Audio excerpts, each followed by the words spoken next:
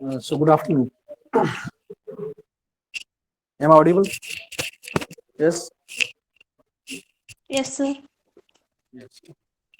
Now, today onwards, we'll start with this chapter that is service-oriented architecture. As we are late with this concept, is uh, I want you to get with the details of SOA. So that's why we were late. And now it is just a 5 chapter in this subject, and we'll go into detail because as it is a theoretical, so we can cover one concept or two or three concepts of the day. So focus of this subject is somewhat we will be talking everything virtually because practically displaying anything that is concerned with the service oriented architecture is highly impossible. We'll wait for some second, I think so. So let it be. I will share my video of this lecture also. There is a separate channel where this videos will be shared with you. Now we'll start with this chapter, the subject called as service oriented architecture, and we'll talk about the syllabus of chapter number 1. That is the part we have will be completing as far as the syllabus is concerned. That is uh, the name of the subject is just an introduction to SOA. The weightage of this chapter is 15% weightage, and what is expected in this subject is that you should be familiar with the principle of service orientation. You should learn exactly what actually the service oriented analysis techniques which have been followed by the current industry, that are CMM level 5 companies are there. So that how it has been transforming, it's a current, that is a cloud system into the service oriented architectures where the ready-made architectures will be prepared, and on that the current system, that is a legacy system or the current system or current platform will be transformed. We'll be talking again in the service designing part also, how these services are getting designed. And we'll go into detail about the concept, that is what is exactly the composition is, what is the orchestration, because that is most important thing which is going on in the industry nowadays. What is choreography? What all components are there in the choreography and orchestration that we need will be going into detail. And for designing and for implementing all the things that is service oriented architecture, what is required, what all web service specification and standards are required, that are most important to be known to the student at the initial stage, because implementation is highly impossible, because for this to be get implemented it is a huge setup, and even companies never go for what we call as a hiring the resources directly. They go for third party implementation of their service oriented architecture. Now, basically, when we talk about service oriented architecture, it is just a framework we'll be creating, that is, architecture will be designed by the designers. And it is always been preferred by the industry that the top level management are being engaged in creating the service oriented architecture. I have already shared one video on a group of 5 minutes. Whenever you find a time, you just go for the that video and just share the feedback with me, because what is important regarding this architecture is that you should be very clear with the fundamentals, what is a broad view of this architecture. Now when we talk about this architecture, now this architecture, that is service oriented architecture, is been implemented by the industries who are already settled in the industry and who have been working in the IT industry from last 20 to 25 years. That is CMM level 5, the companies which are optimized, and their all process are being synchronized in a very systematic way, and they have ample number of resources to work on that. So this only companies can switch towards the concept called as a service oriented architecture. Now we'll see in the future, we'll see a future that we have seen in some days before. There was only console based application in 90s. When 2000 started, we entered into Windows applications. And when at the end of 2003 and 4 and 5, we converted whole industry of IT into the web. Now everything is in web. Now the people are focusing not on web, because the extreme level of web is already completed. Now what is exactly is that the processes, the data, the operations, because billions of people are interacting with some applications like Amazon, and you will find the Alibaba, that type of application. You will find that crores and billions of people are interacting after every click, after milliseconds and seconds. We will find that billions of people are interacting with the applications like Amazon and like Flipkarts, and there are different type of application. And in those situation, providing the service to the optimum level and orienting each and every customer, it becomes a very complicated task. So for making it very much simplified, these people have created the architecture that will be boosting the industry, that is entrepreneur in the future. The enterprises which are integrated with having an ample number of what do you call as system products, just like when we could talk about the what do we call as Reliance, you will find that telecom sector also there is, and what we call as infrastructure also there is, and steel structure also. There are huge. Then now they are going into retailing also. In the future, we'll find that Reliance malls will be available in each cities. So if that type of perspective is there in the mind of the corporate world, and for that purpose, the business is then being getting integrated with the industry, that is IT industry. So business is somewhat different, and integrating your business with the help of industry, that is information technology, that is IT industry, it can be done. For that purpose, some architecture to be framed. Now, this service oriented architecture, this is a broad view. We'll be talking into detail. Now, the broad view behind this is that we'll be asking the people from the business to give their requirements, to come up with the problems which are being faced in real life scenarios whenever they go for the implementing some new business policies, or when they go for the purpose of interacting with multiple billions of clients at a time. There might be some situation where this process need to be get optimized. So to get everything getting optimized, some architectures need to be framed, and this architecture, as it is being getting executed on your PC, on your laptop, on your mobile. There are different devices we are interacting with that database. Just when we want something to be get purchased on Amazon, you can click it from your mobile also. You can click it from your desktop also. You can use your tab also. So there are multiple options in front of the people to get interact with the system. But for those things, what is important? The thing is that you should be very much clear with the concept called as a service oriented architecture. Now, the focus of this chapter number 1 is you should be familiar with the fundamentals of SOA. There are some misperceptions when we talk about this service oriented architecture. We'll be talking about the misperceptions about the people having in the mind related to the service oriented architecture. Then we'll be talking about the tangible benefits that benefits will be receiving in the form of a money. There are two things: one is tangible and one is intangible. Tangible things, you can scale it, you can mark it, you can count it. The things are called as a tangible, and intangible means you cannot say. It can be a happiness, we cannot predict how much it is. It can be a love, it can be a depression, it can be anything that is which is related to the emotion of the human mind. So that is called as intangible. So we'll be talking about the tangible benefits of service oriented architecture. Then pitfalls, that is what are the reason for the failure of service oriented architecture in the market. So that pitfalls of adopting. So if you go for directly, if you're new industry and entrepreneur and you want to implement a service oriented architecture, so what will be the problem, that is a pitfalls for implementing those things in your industry. And then after that we'll be entering into the web services, that are XML, which is a major heart of your service oriented architecture. And then evolution of SOA from where it has been evaluated, the roots of service oriented architecture. And then after that we'll be entering into the primitive service oriented architecture. What was the previous thing the people industry have evolved from this, and then what are the primitive web services which are required for the purpose of implementing this work. We'll be talking about the web services frameworks also, where we'll be dealing with the services, service description, and messaging with SOAP. So there are three different components which are present in web service framework. So we'll talk on that also. The weightage of this chapter is 15, and it is a huge chapter. 100% there will be a question in a question paper that will be concerned with the misperception or your tangible and intangible benefits of and the pitfalls of the service oriented architecture. And related to the web services framework, there will be question. I have already shared. I will today will have a demonstration where I have shared, because you need to log in to some portal.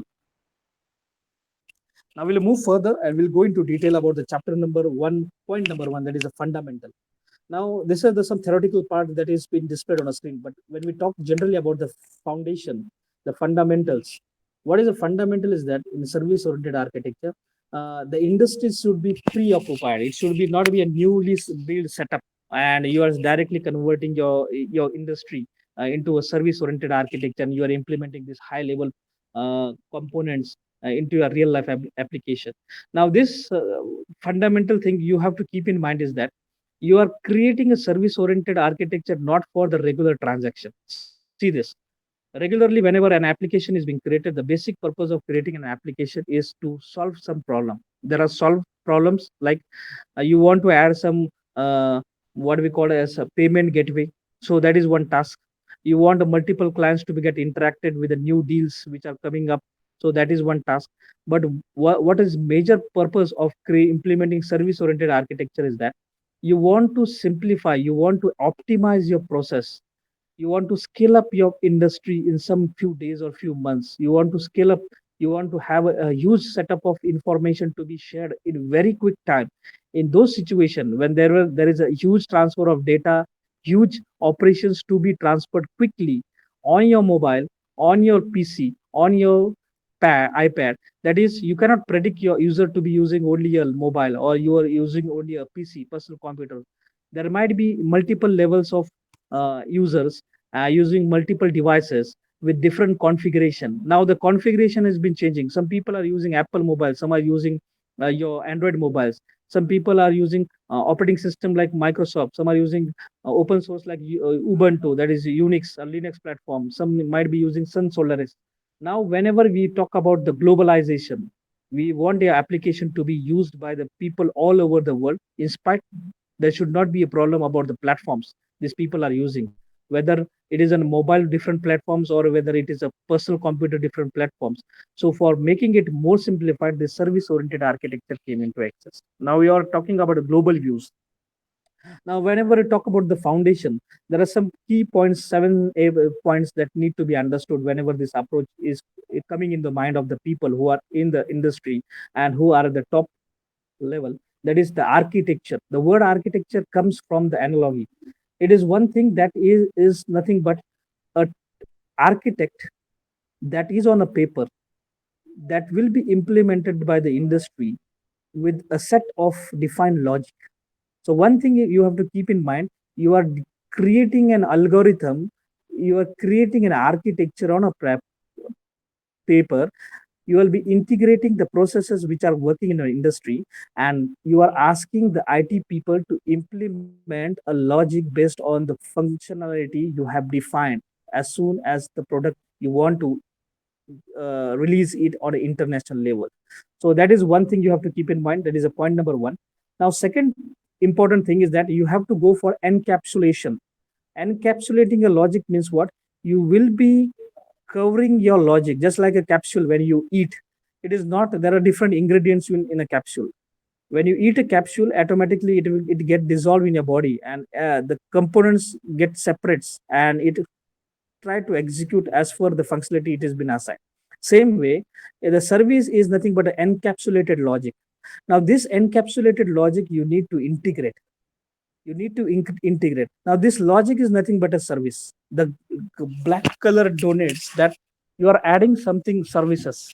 Now services are at different level. It can be at the process level also. It can be at the sub process level also, and it can be on the total process also. So when we talk about the process, a process contains a steps, a process contains a sub process. And when we talk about the services, that service is a part of your process, it is a part of a whole process, it is a part of your sub process, it is a part of a step of your process.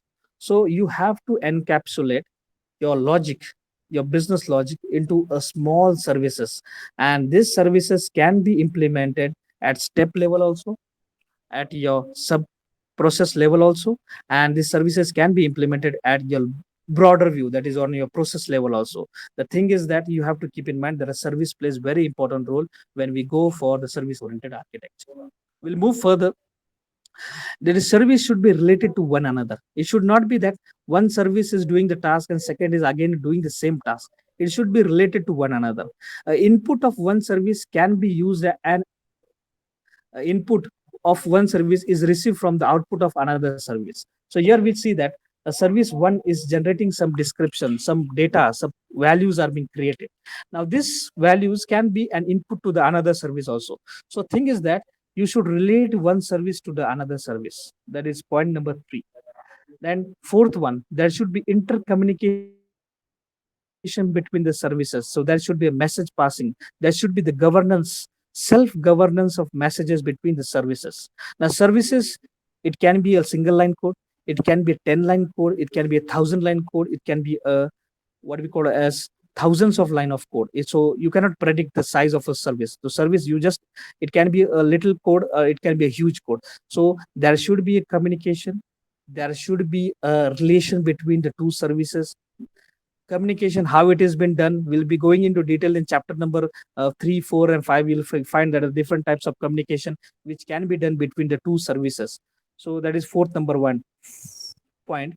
We'll move to the fifth one, that is services should be designed. There is a separate mechanism. Just like when we design some software, we are following a standard called as SDLC, software development life cycles. So cycle can be agile process also. You can use around what we call as for there are different techniques which industry use. That is what is called as currently industry is using agile process. Agile, it has multiple different processes interlinked. People old days they used to use waterfall model, then what do we call as prototype model. The different types of model were used in the previous industry. Now this era has changed. Now people have moved to the agile processes, and there are processes. This is not a process, is nothing but a methodology of writing a code, implementing the code, and getting a feedback from the user. So that type of mechanism is now been incorporated in the industry. Same way, whenever we are creating a small services, we have to follow some pattern. So service is itself, one service itself will be following some mechanism, some architecture to get being created. When we talk about a software engineer, we are always creating a software, and software itself has a life cycle, that is planning, analysis, design, coding, and testing and implementation. That is been implemented for the project, and project contains multiple tasks and multiple operations. Now here when we talk about service oriented architecture, we are talking about only one service, and one service, it need to have its own life cycle. So we'll talk into detail about these services. Now whenever we are creating one service, we need to go for the designing purpose also. So we have to create the design for the each and every services. So that thing you have to be clear whenever you are creating the service. Now we need to build individual services. Building a services means what? You have to go for the individual development, and you have to go for the individual integration of the service, and you have to go for the individual testing of the services also. And after testing, you have to execute, you have to implement these services in a real life scenario. And in the real life scenario, you have to go for the advancement in your technology also. So there are different technologies we'll be using, incorporating for the purpose of building the services. And apart from that, there is a last point, that is a primitive service oriented architecture. That is something that need to be highlighted first. Whenever primitive things means what? We are using data types, that is integer, float, and double and string. All those data types are called as a primitive data types. The thing which cannot be changed, the thing with the highest priority are called as primitive. So when we talk about the primitive SOA, that means you have to keep in mind some primitive things, that is prerequisite. And whenever there is a primitive word, it is always a situation that you might be going for the situation called as a deadlock. So there is a deadlock situation whenever we go for the databases, multiple data, when it goes for transporting from one tunnel to the other tunnel, there is a possibility of your data getting corrupted, incorporate, misleaded. So for that thing, you need to follow some protocols and some standards for executing this one. And something is that is service oriented architecture. You have to follow the primitives. Primitives means what? You have to give the preference to the for the services also, and you have to give the preference for your vendors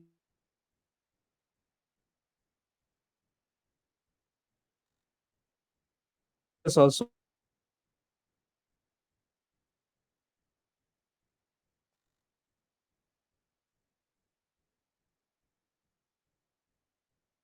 follow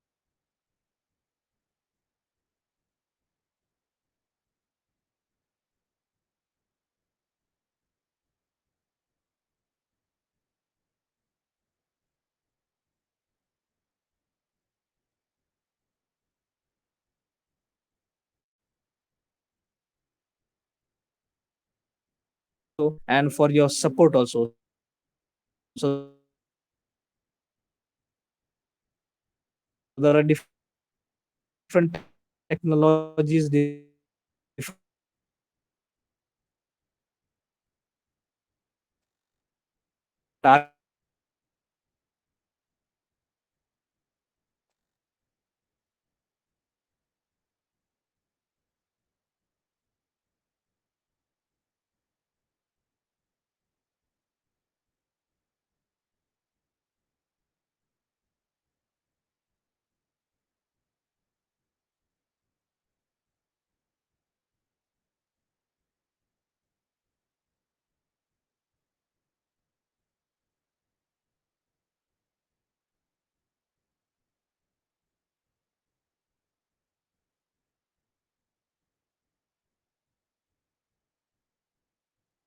oriented architecture. Now,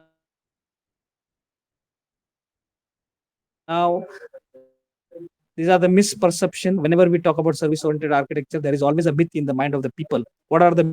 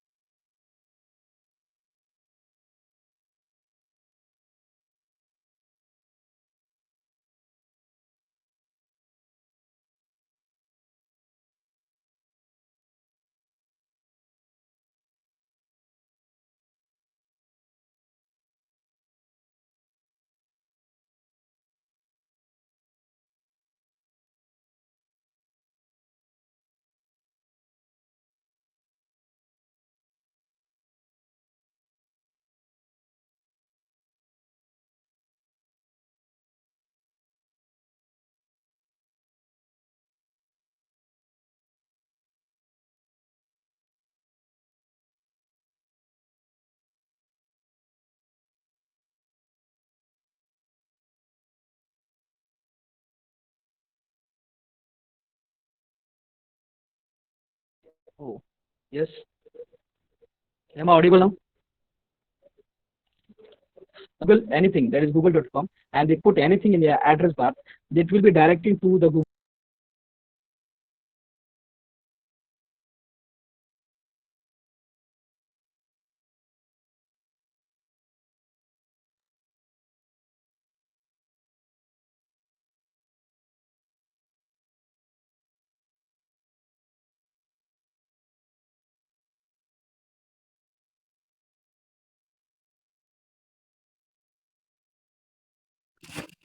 Now, anyone, Jyoti, speak? Am I audible now? Yes, sir. Okay. Now we are clear with this rebrand of distributed computing.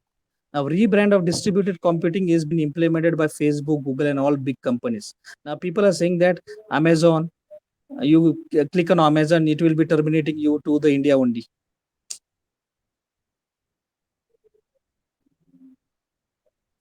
Same way,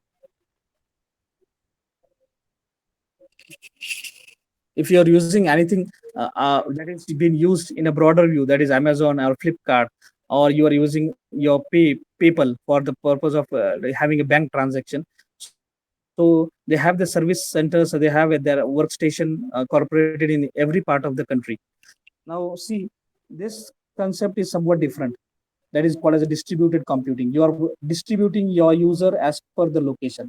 So people have the myth that web service is nothing but, if Amazon want to implement a service-oriented architecture, what it is doing is that it is distributing its data, nothing like that. So service-oriented architecture is not a distributing of data.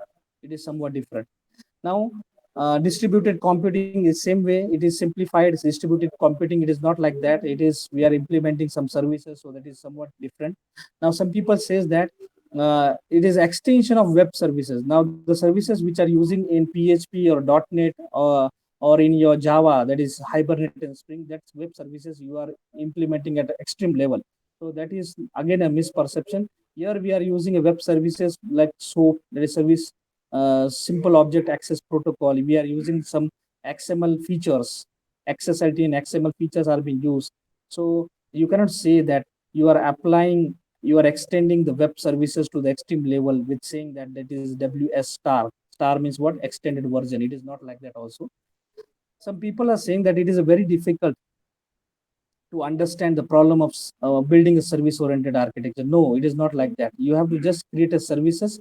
Services will be integrated just like applications, and then after that it will be implemented. So building a service oriented architecture is not that much difficult, what we see. But what we call as infrastructure which is required for building a service oriented architecture is heavy. You have to pay a huge amount for implementing service oriented architecture. And last most important thing is that there is misperception, that is only you go SOA, everything becomes interoperable. That is automatically it will be executed. No, there need to be have a team of maintenance. There should be a team of what we call as a tester. There should be a team of architects. There should be a team of developers. So there should not be that once it has been developed, there is no need for support. It requires support at each and every millisecond. So going for service oriented architecture is not very simple. You have to pay a huge amount. Second thing is that it requires a highly skilled people for designing an architecture. Third important thing is that it is not an extension of any web services, or it is not an extension of distributed computing. It is somewhat we call it as working at a very bottom of your pyramid, that is at the bottom of your programming on individual services as per the demand. So we'll stop. Don't log off now. I want to share something with you. This is one thing which we'll be covering in this chapter. That is, we'll be going into detail about. This is the today's session only dedicated to the misperception and the fundamentals of service-oriented architecture.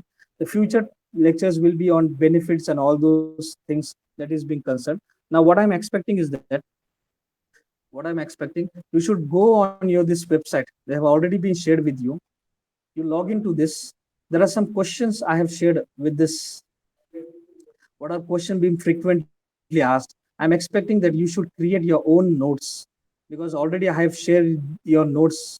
You go here and you will get an all notes of your all chapters. This chapter one notes assignments are also being given to you. I'm expecting this notes should be prepared. not now. After understanding the concept, you should be prepared. And one more thing is that there is one more link at the top on that is called as YouTube. When you click on this YouTube, you will be opening into one channel. So the videos which you have missed, you will be accessing those videos over here.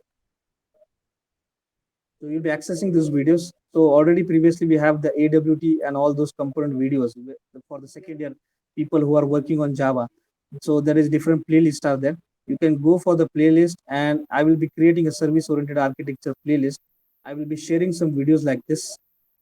So today's video is already shared on this portal. You can view that video. And one thing important is that log on to this one each day, just like Java. When I talk about Java, just like individual day, whatever content I have conducted, so that programs I have already shared. So this is one thing what we do is that I share my video over here also, the lecture video. So you can go for that videos also. There are notes being shared at the bottom, and there are some presentation which I am covering in my session. That presentation is always residing at the bottom of this. So you should be clear with everything. If you want to join this Java, you want to learn Java in detail, you can watch the videos also, and you can see the programs, and you can implement this in your real life also. So basically go for this portal. The portal URL is already shared with you. I will again share with this portal. The username and password are again with you. You can go for forgot password. You will get a mail. The mail ID you have already given to me. If you are unable to log in, you share with me. Now you should be prepared with this chapter. It is there are only 5 chapters. I will cover each and every concept in session, but I will talk virtually. But what is expected from you is that I want you to go for theoretically. So theory is also most important, because you will be earning marks based on the answer you will be given to your theory. So we'll meet in upcoming sessions. Okay. So I will share my link on your WhatsApp also. If it's not possible, I will share it. The link will be provided on your YouTube, on your Gmail accounts, and you just have to click and go for login. So we'll start. We have already started with chapter number 1. We'll meet in the coming session with the remaining part of the chapter number 1. So if you have any doubt, any question, you can ask me now. Yes.